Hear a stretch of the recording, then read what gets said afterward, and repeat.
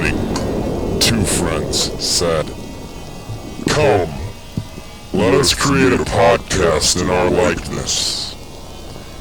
And after about 6 months of procrastinating, and a variety of strange experiences, they decided to record that podcast. And this was the first episode.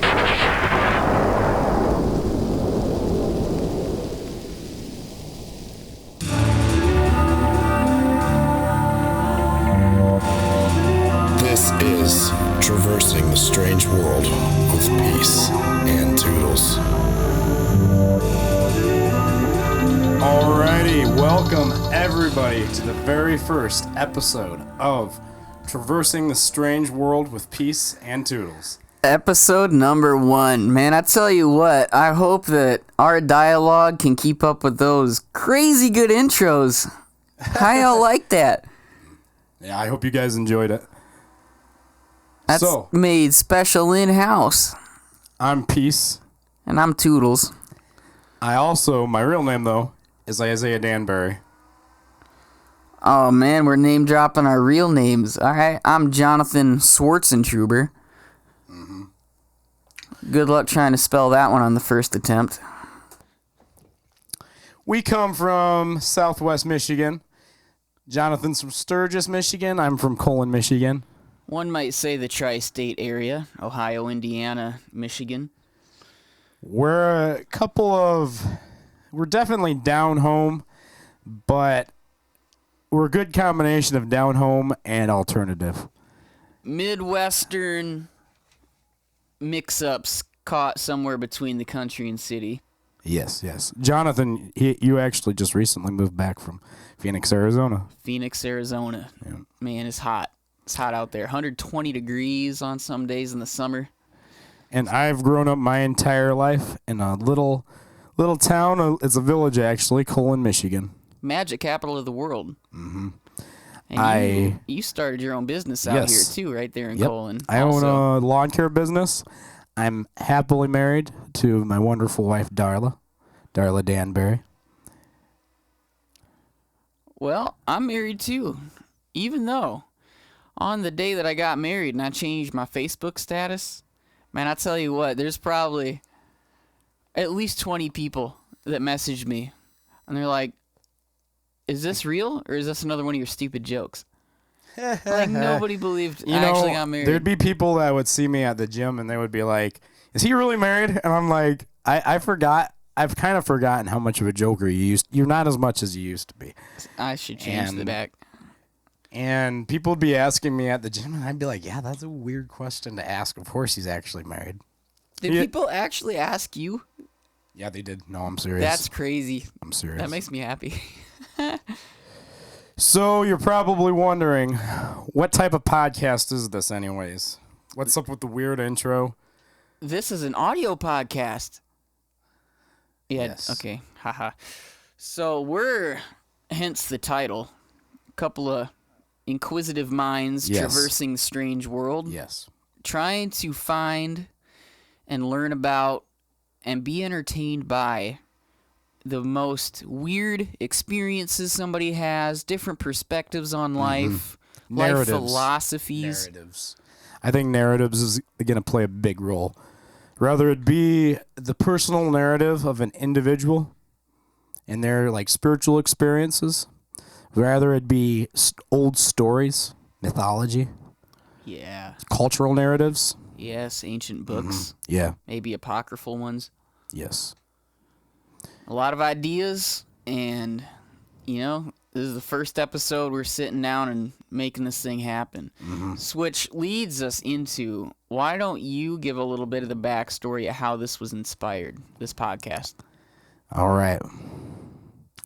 So, I'll tell you a little bit about who Isaiah Danbury is. And by the way, this was his idea for the podcast. We talked about it a little bit in the past, occasionally while I was still in Phoenix, separated by 1,800 miles of flyover states. And we always thought it was a good idea. And that's all it was just talk. Until Isaiah had some interesting experiences that kind of led to pushing the gas pedal on getting this out there. Yes. So, Yes. yeah, what were those? And though the idea came from me, I do feel like you're the person I'm supposed to do this with. And so, listener, you might be wondering, what do you mean supposed to? Well, I'll give a little bit of a backstory as to why I think we're supposed to do this together. So, as I stated before, I grew up in Colon, Michigan. Small town. Grew up on a farm on the outskirts of Colon. Yeah, I was homeschooled. And had a pretty closed off childhood for the most part. You know, like most of my socializing would take place at church on the weekends. And speaking of church, another thing that was a little different about my childhood. What kind of church was it? Well, it was around 2006, 2007. The church that we were attending started to study synchronism. Synchronism is basically like the merging of ideas. Mm-hmm. And so throughout the history of Christianity, there's been a lot of synchronism, a lot of various ideas, pagan ideas, that were kind of intertwined with Christian ideas. And so the church that we were attending, it was meeting on Sunday. It was a mainstream, non-denominational church. But it started to go down a little road called the Messianic Hebrew Roots movement. The Messianic Hebrew Roots movement, the basis of this is that Christianity has been fed lies.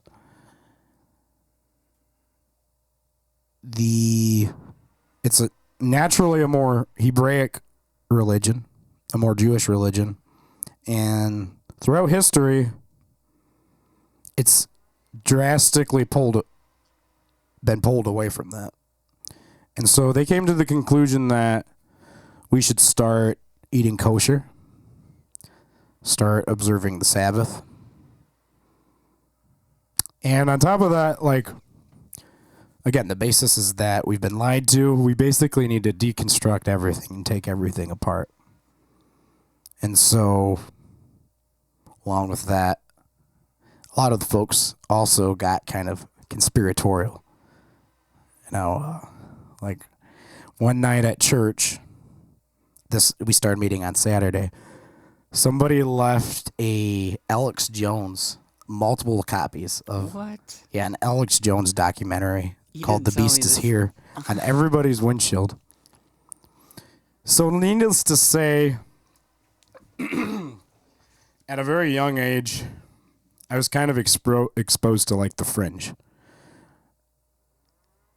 Ideas that most people don't run into on their daily life. You know, lifestyle practices, eating kosher, keeping Sabbath. So at around the age of 13, I started to feel convicted about, I was going through some of the things that your typical 13-year-old goes through. I was, Interested in all those Jewish girls. yeah. Yeah. I started like, Getting angsty. I was convicted about some things, type of things that 13-year-old boys do, when they're alone. Yeah. So, like, I was, like, very convicted about that. Again, I came from a very religious homeschool mentality, so things like lust and pornography and whatnot really convicted me. And so, through a variety of circumstances, I started taking the faith a lot more seriously. And that was a very significant time. Though I don't believe the same way now as I did then, I'm not a fundamentalist anymore.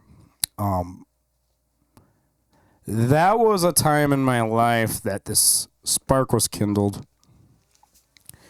And I started to try to be more intentional about who I was as a young person. And so like I started like I had a relationship with God that I started taking very seriously.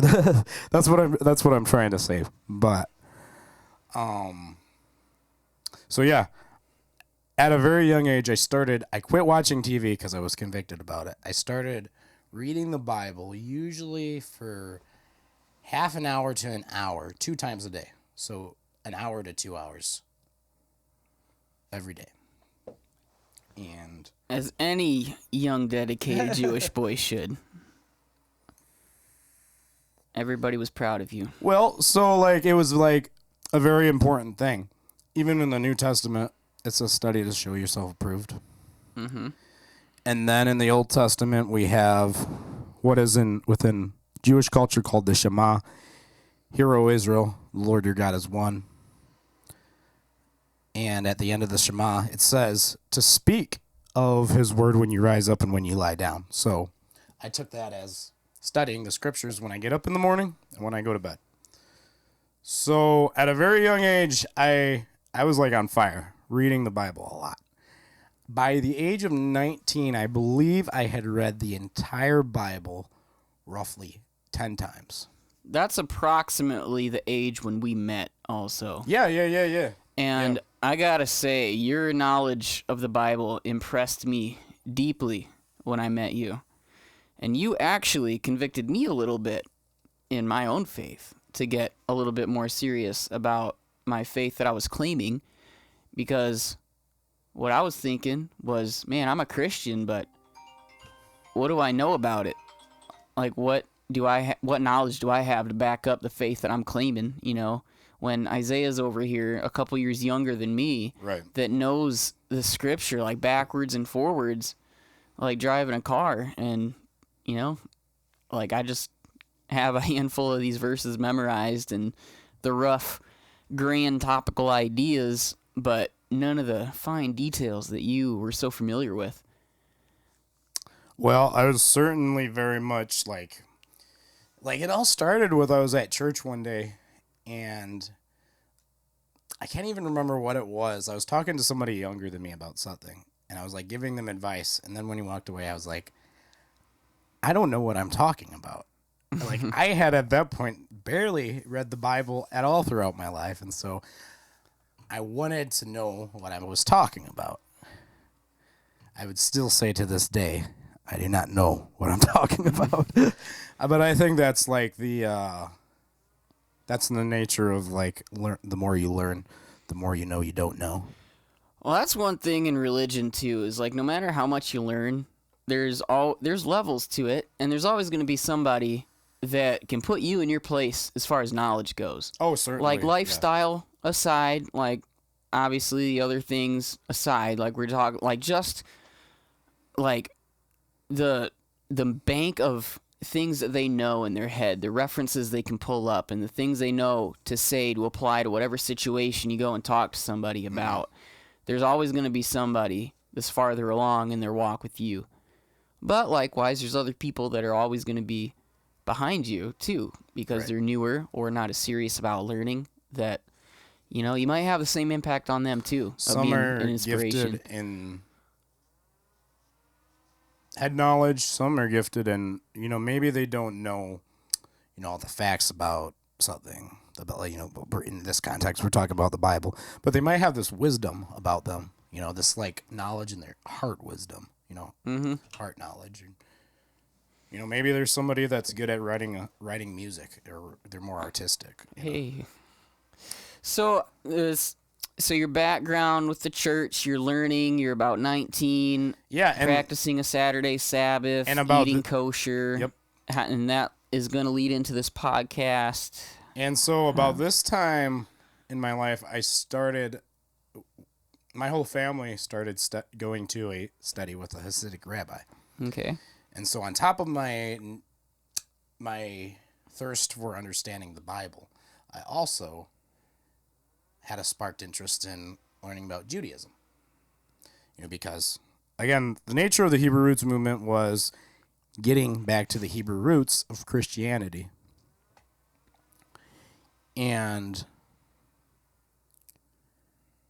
plus, within, there was an interest, even though Messianic Hebrew Roots movement is basically, it's Christians who do things that are commonly, perceived to be Jewish. Old Testament laws, whatnot. So, and Jesus being a very Jewish Messiah, the people had an interest in, hearing what Judaism had to say. So actually, we are actually attending another Messianic Hebrew Roots church at this point. And the pastor of this congregation, he actually gave me a small teaching position in the church. It was 10 minutes roughly. I would usually share some sort of short story from Judaism, like from the writings of the rabbis. Or there was also a time where, I was talking about something significant about Jewish history pertaining to the New Testament. Because, at this point, I also got an interest in studying about the history of Judaism, because Judaism is in a lot of ways, the history of Judaism up until a certain point is the history of the Bible. So,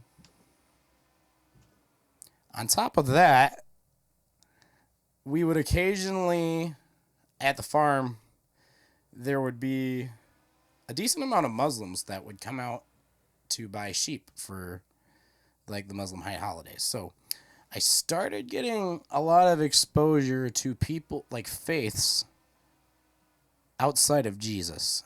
And with everyone I would talk to, in a lot of ways, I would see the same hope. I would see the same fire. Our explanation for God was in a lot of ways very different.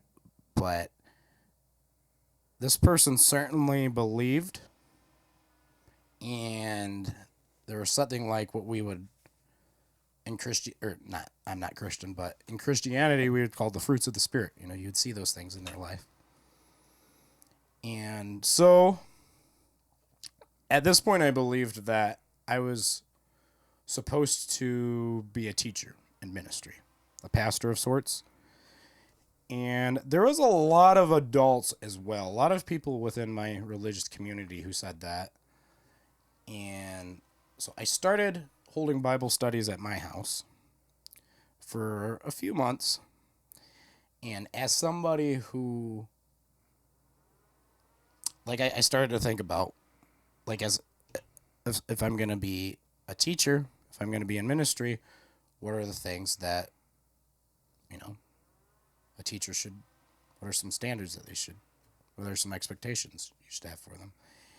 And so I was like, well, I think you should understand the Bible on multiple levels, historical, cultural, and whatnot. So I started studying the Bible from the academic perspective. And then from then, when I read the Bible, I started to see both the New Testament and the Old Testament as kind of an evolution of ideas.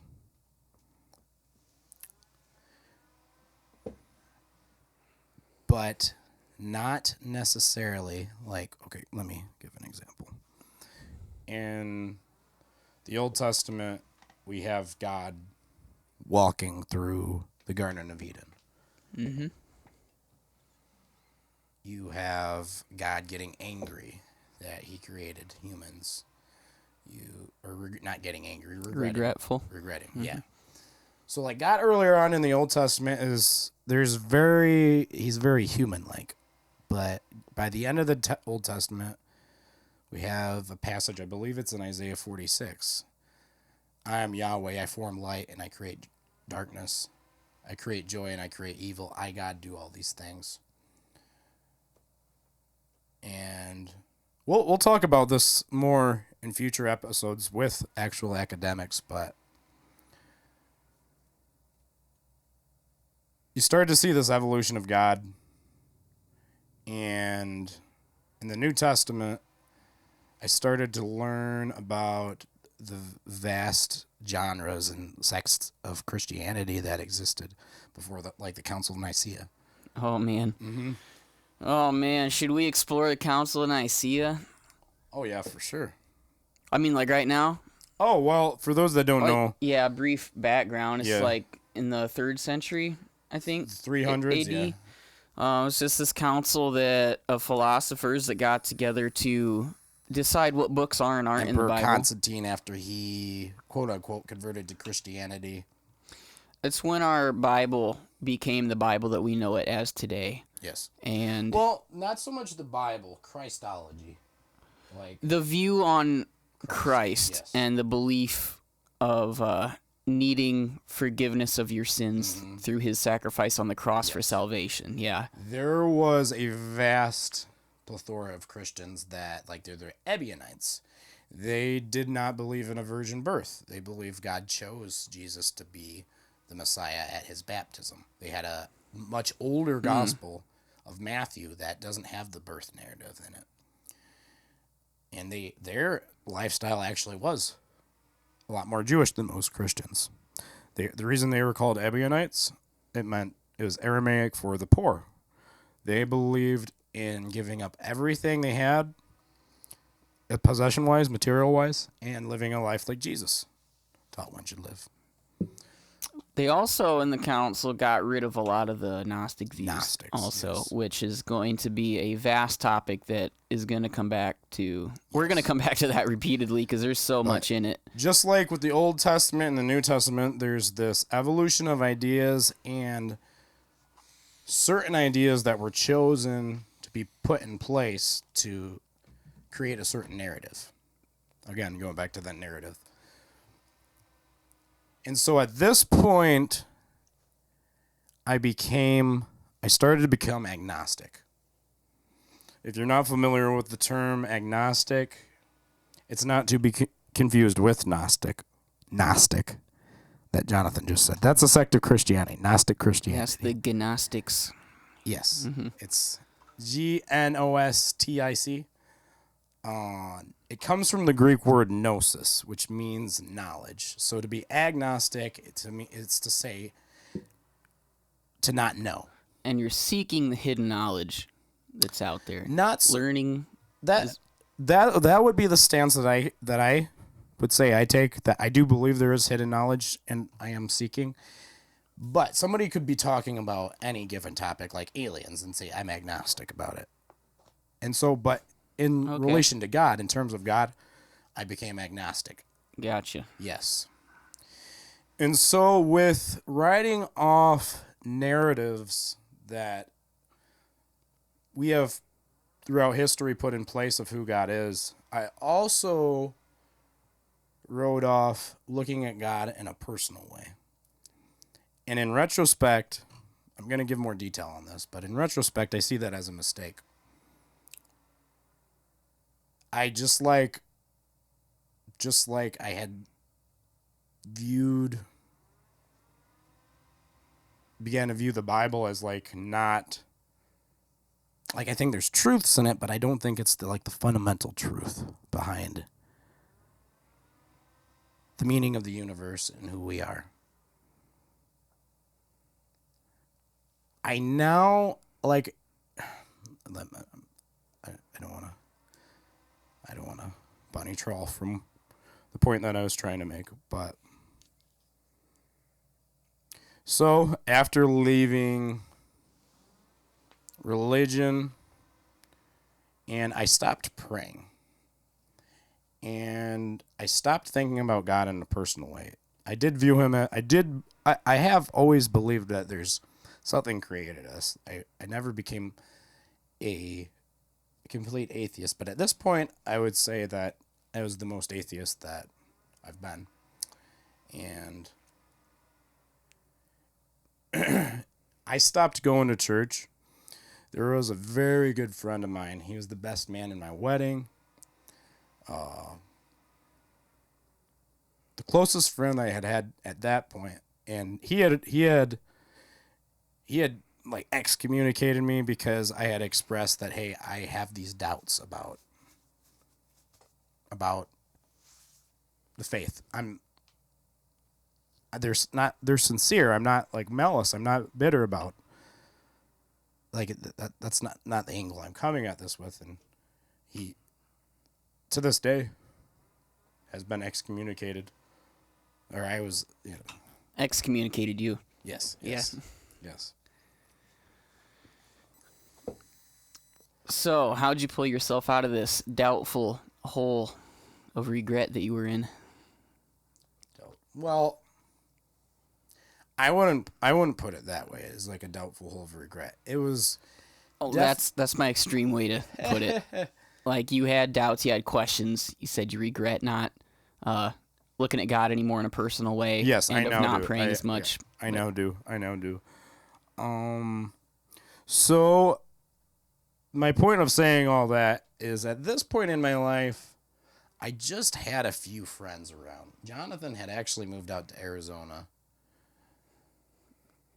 And again, my background is that I was homeschooled. And so I had my handful of core friends. And the huge church, because we knew Messianic people far and wide. Like, it's like a pretty interconnected little fringe movement.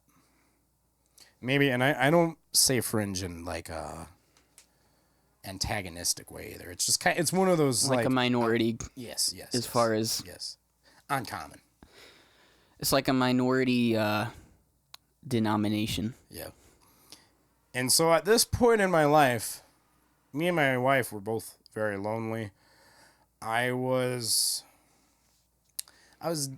dealing with a lot of pain from what had happened with that specific friend. Pain in the sense of, like, I had lost kind of my philosophical footing.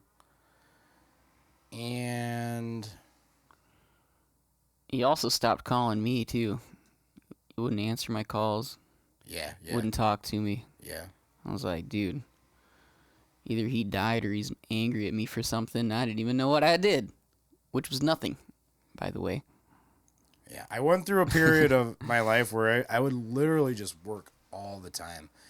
And I think I did that to, like, almost to build like a wall around me. Keep yourself distracted from the thoughts. Yeah. Well, not necessarily, because when I don't know if I said it, but my business is a lawn care business. So, I'm out on a mower for a majority of the day, and you're just out there, and you actually kind of are stuck there with a lot of your thoughts. And as is the case with truck driving as well. and that's I what know what you're Jonathan paid. does. Yeah. But For now, that's what I do for now. Just wait. This podcast and this music's my out, so, So high hopes. I spent a decent amount of years feeling pretty lonely. I had a few friends, but I just felt I wanted to find a community, something like I used to have, of like people that, like we would go to these various Messianic congregations all over the place, and it was a very studious faith. So like there would be, we'd, after a service, you'd have like long discussions with other people talking about, ideas within Judaism, the Hebrew language. It was like very cool. And again, I had also started to get an interest in Judaism. And I started, I had at one point met Rabbi Lazer Brody, which is a big name within Hasidic Judaism, in the Breslev movement of Hasidic Judaism. I know you don't know what any of that is, Jonathan, but Rico Cortez, Messianic teacher that we'll actually probably have on in a future episode. Really? He had taken a liking to me as well, and actually invited me to go down to Florida and become kind of, I still don't know what it was because I never did it, but basically become part of a study group. I didn't end up doing that, but anyway, like I said, as I was saying, like in the years I was religious, I had like a very vibrant little community of like discussing ideas and mysteries with people. And until recently, I didn't realize how much of a hunger I have for that, how that's like almost like a deep part of me. So years went by, you know, mostly putting a lot of energy into my business. Also started going to the gym at somewhere Again. within this gap of years. Yeah. Because when I was a teenager, I lifted weights and was pretty cut, pretty. One of the first people I knew Who lifted personally weights. that lifted, besides our mutual friend Jeremiah. Yeah. And you know what, dude? Between the two of you, you're the two that inspired me to start working out, which led into that whole journey for me. Does And here we Jeremiah are. still work out? I have no idea. When I moved to Phoenix, a lot of relationships ended. Yeah. And that was one of them, just because of the distance. Nothing, no hard feelings. Yeah. Just distance kind of makes you talk a lot less. I feel you. So, that was also something that I was kind of pouring myself into at this point in life. But again, not having a lot of socializing. I would go on to meet some great friends at the gym who I've become, much better friends with. But yeah, so then early last year, I met some friends and we started. I kind of got involved and started hanging out in the bar scene. And Oh, no. yeah, started getting into some partying. Oh, no. Yeah, You heathen. well, yeah, I definitely regret that. That was a period of my life where I certainly made plenty of mistakes in terms of my going against what I didn't necessarily know were deep-seated convictions. And, I made mistakes as a man, as a husband.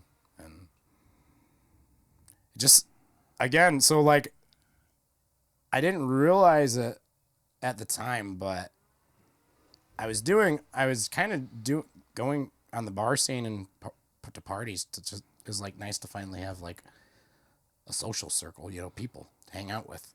Mm-hmm. As weird as that might sound to some people, after being homeschooled and then growing up in a fringe movement and then kind of just stumbling into adulthood without like really like a high school class that I went with, or like having that. And then I worked all the time to kind of also, there's definitely times where I could have been looking for a social circle, but I just, as weird as it sounds, I felt like I didn't know how. And so in the bar scene, I started like, I just, for a second there, that just felt like it was just so much part of my life. Cause like that on the weekend, I'd just go hang out at the bar and hang out with friends. And there was a point where I just started to feel super conflicted. Like, I started to feel like there's things that I was supposed to do, like supposed to like create.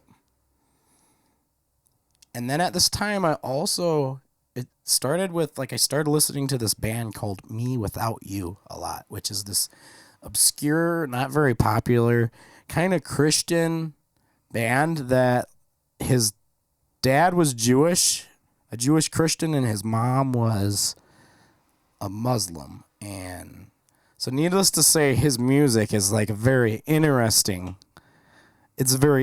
fruit from that tree. But I started like just thinking about God a lot more. And like every day I felt like I wanted to like read some sort of like scripture or wisdom text. Like it started like the idea of that started really getting in the front of my mind again. And there was this time where I don't want to go into detail about it, but again, I there were some mistakes that I made, and I was sitting in my truck one day I had a lot of anxiety, and I was feeling very overwhelmed. And at this point, I had actually started to pray every now and then. It was like an agnostic prayer. It was like a message in the bottle you just throwing out into the cosmos, if there's anybody out there, such and such thing. And then oddly enough, I started seeing a lot of those things.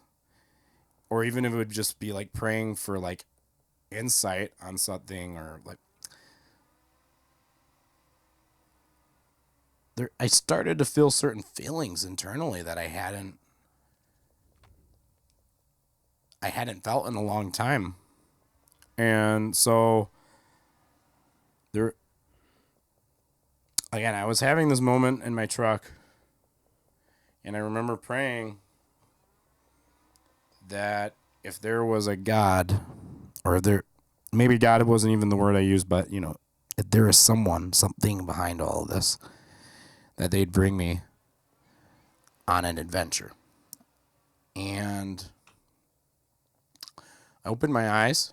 By the way, I was pulling into the driveway at my parents' house because on Friday evenings they have Shabbat family meal. So, because like the Jewish Sabbath, that starts actually at sundown on Friday, and Jewish people, and like in biblical times, that's when this day began, at sundown.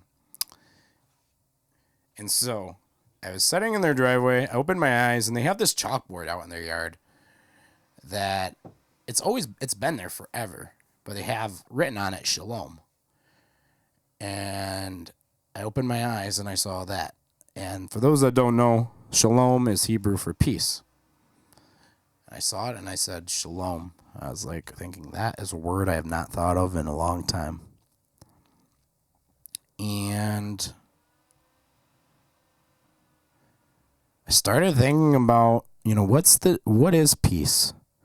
And what would make me feel peaceful?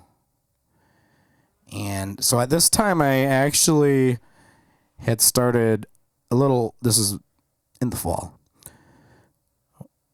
And I started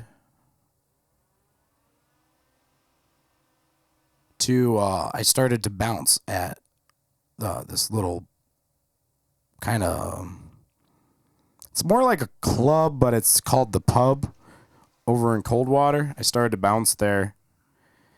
And I remember there was this one night where I was bouncing where I thought about just how, how on Saturdays it used to be, I'd spend late Saturday nights discussing like Jewish philosophy, or, something that kindled curiosity in me, of greater, bigger ideas. And bouncing, it's a cool job, but like, this isn't really the weekend I want to fill this isn't really the experiences I want to fill my weekend with. And so I started to feel like I need to get away from that, because it's like, this doesn't give me peace. This bar scene, bouncing, doesn't give me peace. That memory I had of discussing ideas with people at Sabbath gatherings on the weekend, that gives me peace. And so I just started staying home on the weekends and just playing video games. And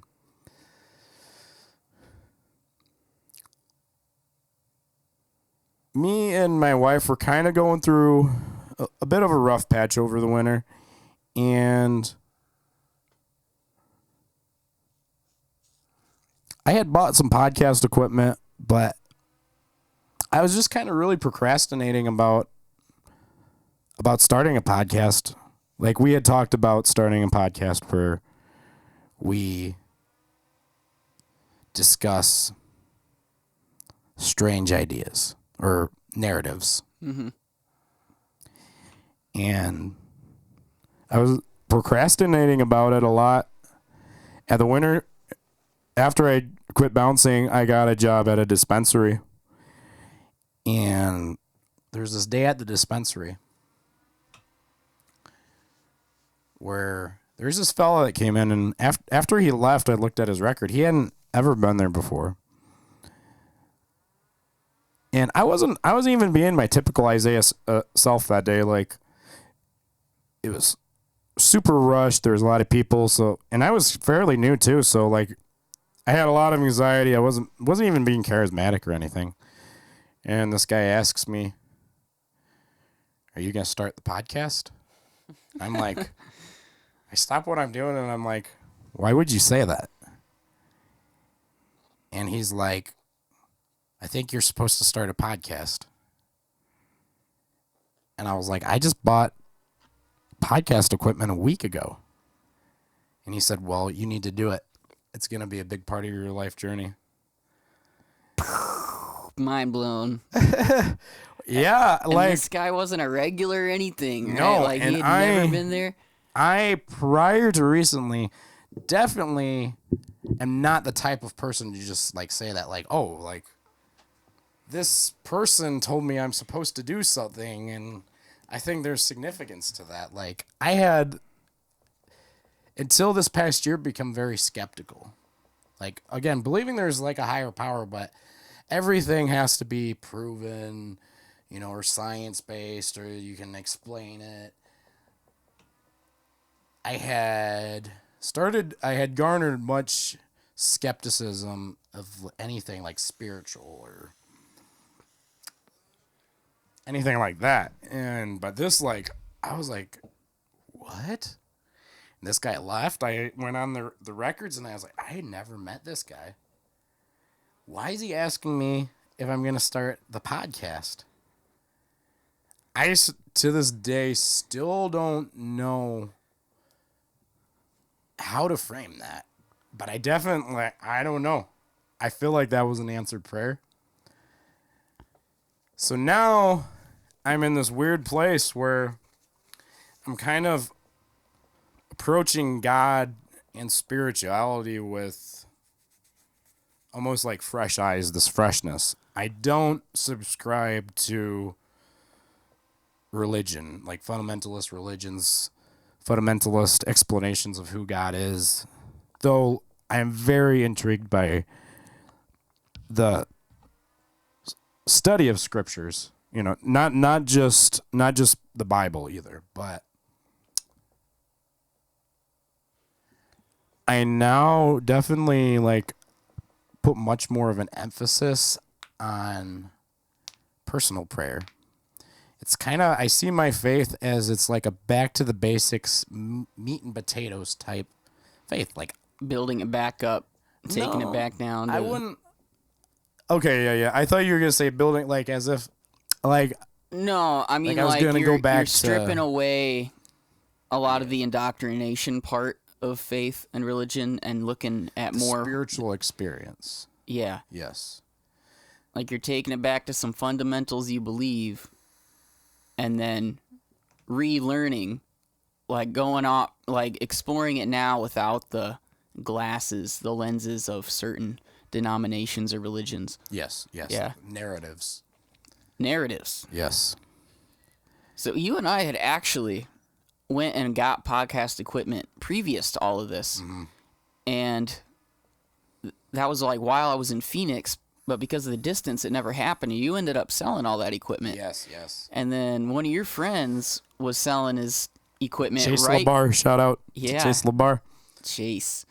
And he sold you a bunch of his equipment because you were talking to him about potentially starting one. And Actually, my what buddy, what a coinky dink. my buddy Mike Flick, shout out to Mike Flick, sent me that on Facebook Messenger. And now Saw here we it on are. Facebook Marketplace. So yeah, here we are now. And so, if you are like me or Jonathan, because Jonathan also, he still you identify as a Christian, yeah? I identify as a Jesus-believing Christian. Okay. Yes, I still hold on to the salvation by faith in Jesus and his works on the cross. I believe the Bible, but I also believe there's truth to be found in a lot of other sources as well.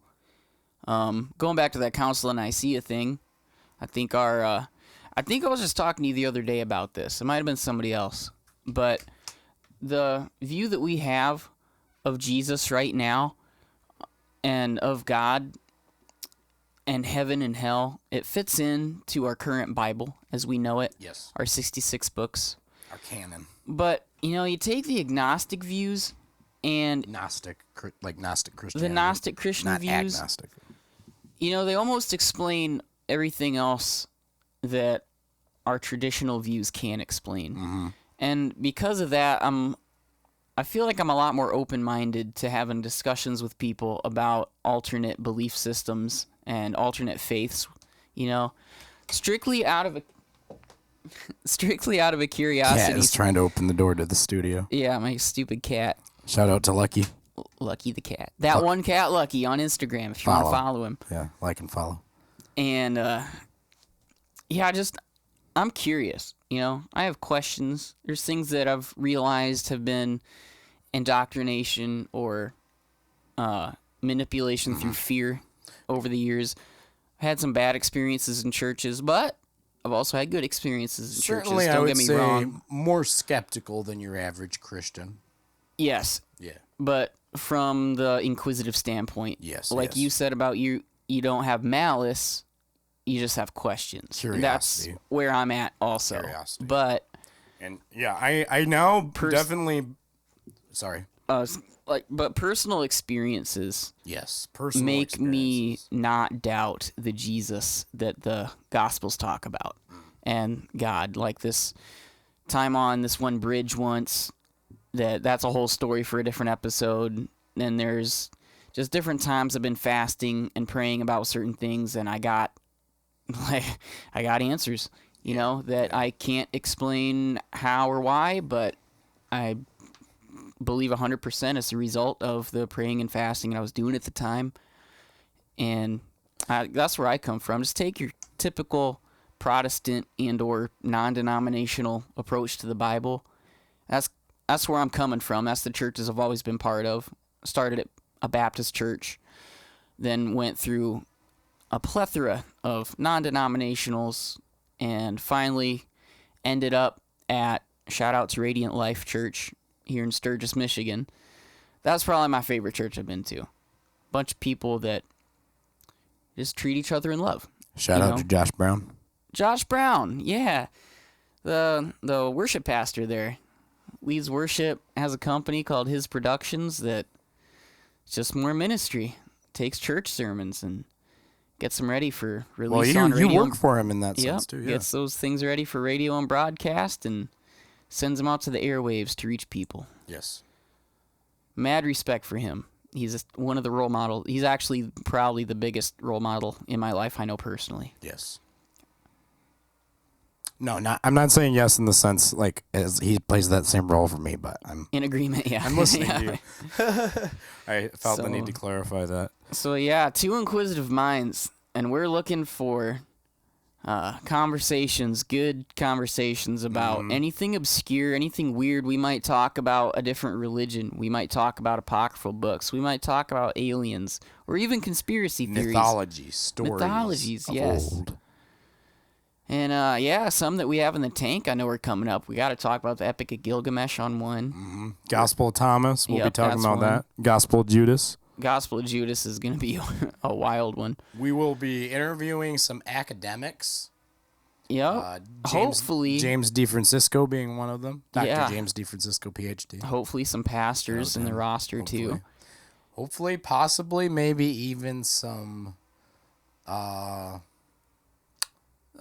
like bands that we used to be fans of. Yeah, those are in the works. We're working on those. Yeah. We're also working on some Buddhist monks, if I'm not mistaken, right? Yep. Yes. You sent out the feelers to them already? I did. Heck yeah. I did. We'll be, if everything goes well, interviewing Rico Cortez. He's a teacher within the Messianic Hebrew Roots movement that I haven't talked to since leaving that. But he's very informed about rabbinical literature, Judaism, and I'm gonna have him come on here and offer an angle to Jesus that maybe some of you might not be familiar with. I wouldn't call it an educational podcast, but it's probably gonna lean that way on some episodes, but it's also probably gonna lean into fantasy on others and maybe conspiracies on others, because there's a lot of ideas that all can be, just going back to that title, Traversing the Strange World. Anything that's different, obscure, weird, strange, that's what our target is. If you're like us, to where there's been something you've learned, something you've experienced that makes you question the narrative that you for the longest time subscribed to, and you've began to see this world as a very strange world, then in that strange world is where you'll find common ground with us. If you are curious about, just want to approach life and other people with inquisitiveness and curiousness, like, and this is kind of, for me personally, this is like taking a fresh approach to like God and spirituality. That's a very strong reason as to like why I want to interview people of like varying faiths and life philosophies. We're just taking our UFO through some Stargate portals to visit as many strange places, the cross where Jesus, or the hill where Jesus was hung on and died, and then we'll fly down and say hey to the turtle that's carrying the world on its back. And then we're going to go from there to some alternate realities. Who knows?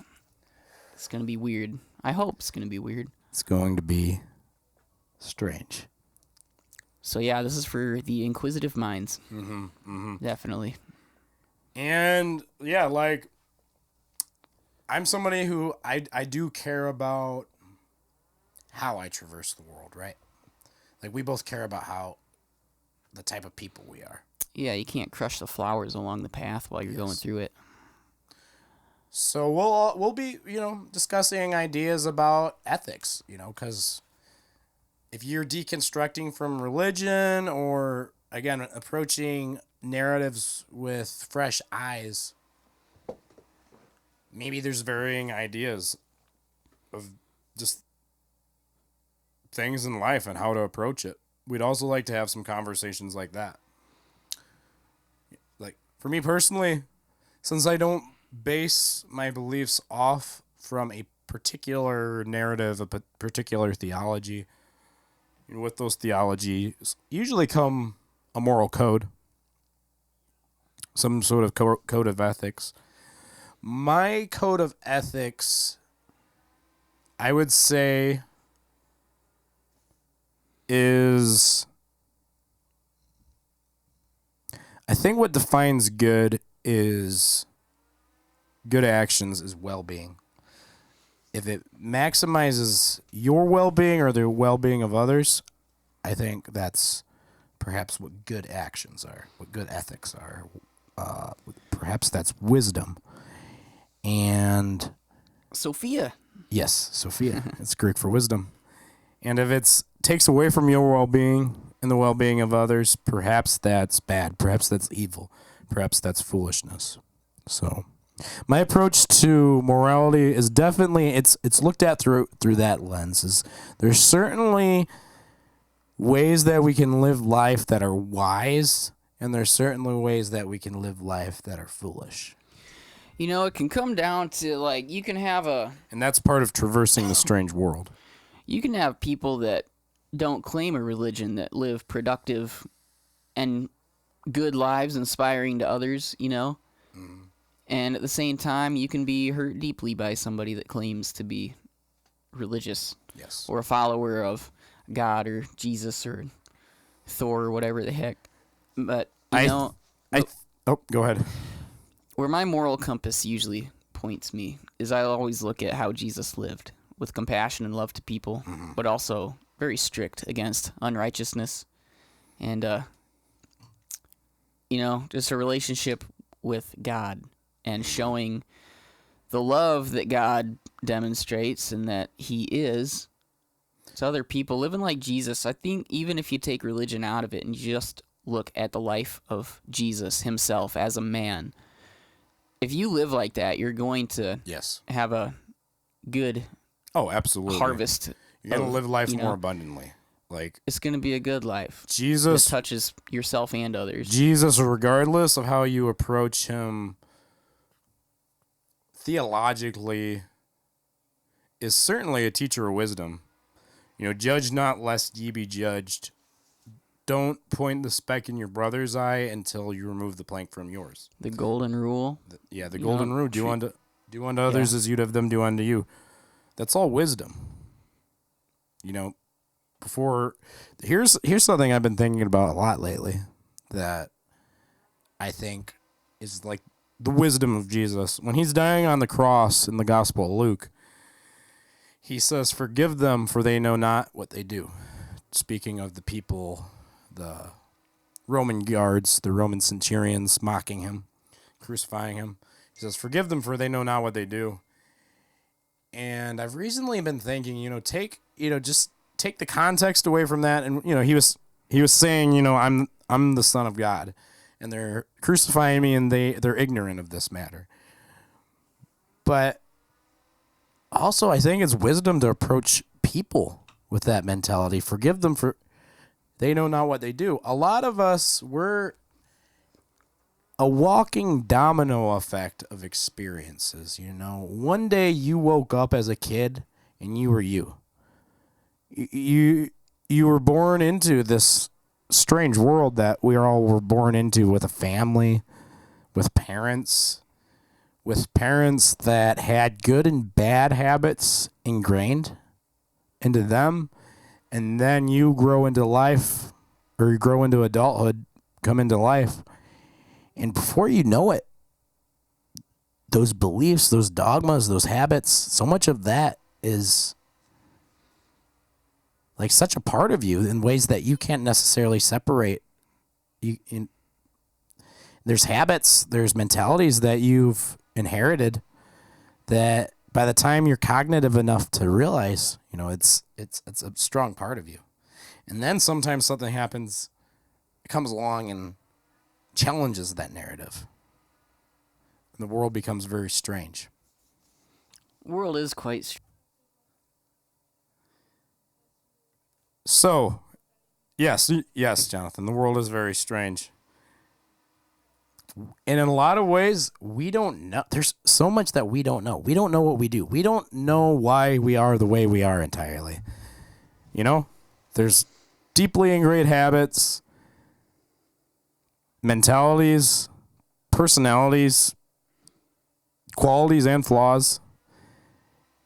We don't know ourselves entirely. So I think we should look at people like that. Forgive them, for they know not what they do. We're just a walking domino effect of experiences. Everybody's got a past. Yeah. And everybody's got stuff that needs to be forgiven. Everybody's got good We're all and bad that they've done. Strangers in a strange land. Strangers. Mm-hmm. That should be the listeners that listen to this show. Our fellow strangers. Yeah, I do think there's something to that, because I think this podcast is really going to appeal to the unaffiliated folks hanging out on the in-between. Let's make an outro for it. In-between fundamentalist, like, religion, but also, like, I don't think this will appeal to an entirely secular audience. So, oh, dude, I we're think it's not gonna going land for a somewhere in the secular in-between. audience. We're going No, for yeah. anybody that'll listen. We're not trying to step on anybody's toes or offend anybody. Yeah. We're just asking questions and trying to and it's have some interesting conversations. certainly not a Christian podcast either, though we might because like I'm not a Christian. I do, like just like what I just said about Jesus a minute ago. I view him more in an archetypal, symbolic way. You know, I think Jesus represents the archetypal ideal man. You know, what does the ideal man do? He speaks patiently and kindly to those who need that. Jesus spoke, you know, like how he spoke to the lepers, harlots, or like the prostitutes, more in modern term, tax collectors, the outcasts of society. Jesus always spoke very kindly to them. He spoke assertively and directly and corrected the Pharisees, those who needed to be called out. So I think he is very balanced. He displayed what a man should tolerate and not tolerate. And he found the heaviest burden he could bear, and he bared it. Bore it. I mean, sorry. I wouldn't put any kind of denomination or religious affiliation on this podcast. We're just giving our backgrounds of where we're coming from, and that's the experiences that we have. So our questions with that in mind would make more sense probably than, assuming that we're an atheist and then we're talking about Jesus and quoting scriptures or something like that. Or like I said at the beginning, I think we're supposed to do this. There are I believe that in this podcast, God has a fire in me, or whoever it is, the great mystery. Dwight, the guy that played Rainn Wilson, the guy that played Dwight Schrute on The Office, he had a book that I listened to called Soul Boom, and he mentions this idea actually amongst the Lakota Indian. They call the great spirit Wonka Tonka, which means the great mystery. Wonka Tonka. And that probably more than anything I've heard recently really captures how I see God. I should write a song about Wonka Tonka. Go ahead. I think that really captures how I see God in a lot of ways, though. But at the same time, I have this feeling of being projected forward that I haven't felt. And I have this fire for seeking God and kind of going back to where I left off when I left fundamentalist religion. I left that narrative, but this time I'm not writing off the personal spiritual experience. I think by now that people know where you're coming from. Yeah, I think you're right. And me too. Yeah.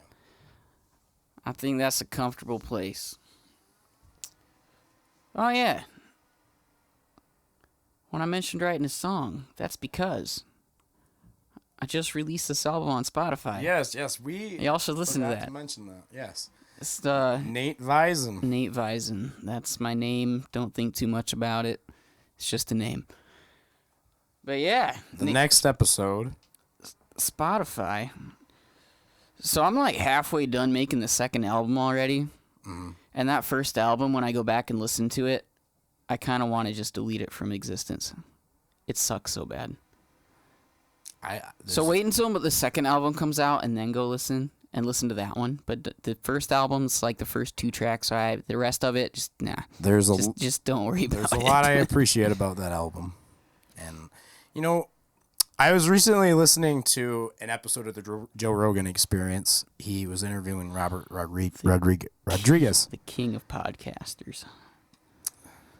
Forgive me, sometimes I can't talk straight. He was interviewing Robert Rodriguez. Damn, I can't talk. Rodriguez. And he was saying, in terms of creativity, you just got to start creating. And you'll get better at it, There's a country singer, I forget who it was. Sorry, whoever you are. But he said that if you think you want to make some good songs, write 200 of them, and then throw them out. And now you're probably making pretty good ones. Yeah, no. Basically, dude, this movie director said the same thing. I feel dude. They also say if you don't regret your first work that you did a little bit, you waited too long to put it out. So I took that advice and I just stuffed these songs out into the airwaves. And you know, there's a couple of them that I'm like, man, those are some cheesy lyrics. That's so poorly done. Or like, oh, this mix sucks. Oh, my vocals here the performance is terrible. But these issues are being addressed on album 2. Like I said, this one's going to be a lot better. So just wait. But it's coming. You can check out Nate Visen and his album Captivity on Spotify or anywhere else where you stream music. Anywhere, dog. Even YouTube with no videos yet. Yet. Oh, yeah, dude, we should make your first music video. I need a camera guy.